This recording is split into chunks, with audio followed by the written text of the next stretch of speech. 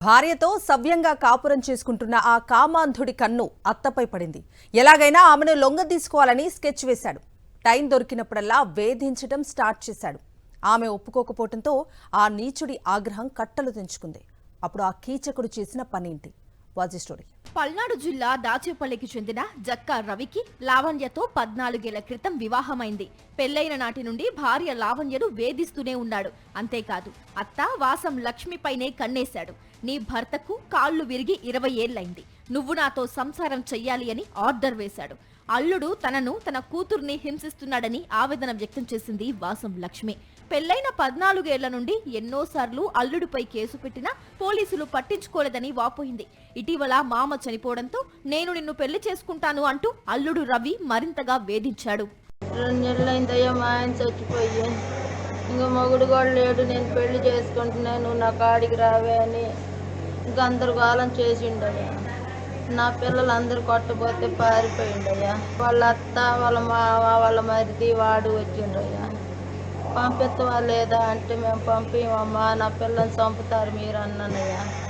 ఇంకొద్దురా మనకి చంపేయరా అని చెప్పి నాకు నా బిడ్డకి 2 పిట్టలు పోసి వాళ్ళు బయటకు వెళ్ళిపోయినా కూడా అగ్గిపళ్ళు గీసిండయ్యా. నా బిడ్డ పారిపోయింది, నా మీద అగ్గిపళ్ళు గీసి వెళ్ళిపోయిందయ్యా.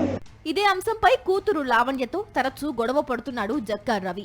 వేధింపులు తట్టుకోలేక 2 నెలల క్రితం అమ్మగారింటికొచ్చింది లావణ్య.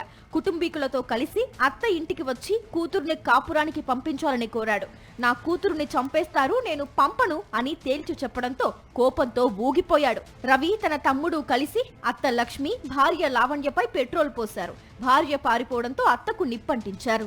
మా మరిది, మా ఆయన, మా మామ మొత్తం వచ్చి మాట్లాడుతానే పెట్రోల్ పోసి నా మీద మా అమ్మ మీద అగ్గిపుల్ల గీసిపోయాడు. నేను ఇటు ఉరికాను, అమ్మ ఉరకలేకపోయింది. ఇంకా పెట్టిన దాచిపల్లి స్టేషన్లో అసలు పట్టించుకోవట్లేదు సార్. 14 సంవత్సరాల నుంచి కేసు పెడుతూనే ఉన్నాము.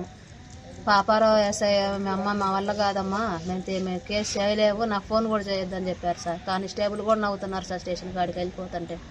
ఏదైనా ఉంటే మీరు ఎఫ్ఐఆర్ కడతానమ్మా, మీరు కోర్టులో చూసుకోండి, మా వల్ల కాదు, మీ ఆయన 10 మందిని తీసుకొని వస్తున్నాడు, మా వల్ల కాదని చెప్తున్నారు సార్. వాసం లక్ష్మికి తీవ్ర గాయాలయ్యాయి. గాయాలతోనే దాచేపల్లి హైవేపై బైఠాయించింది.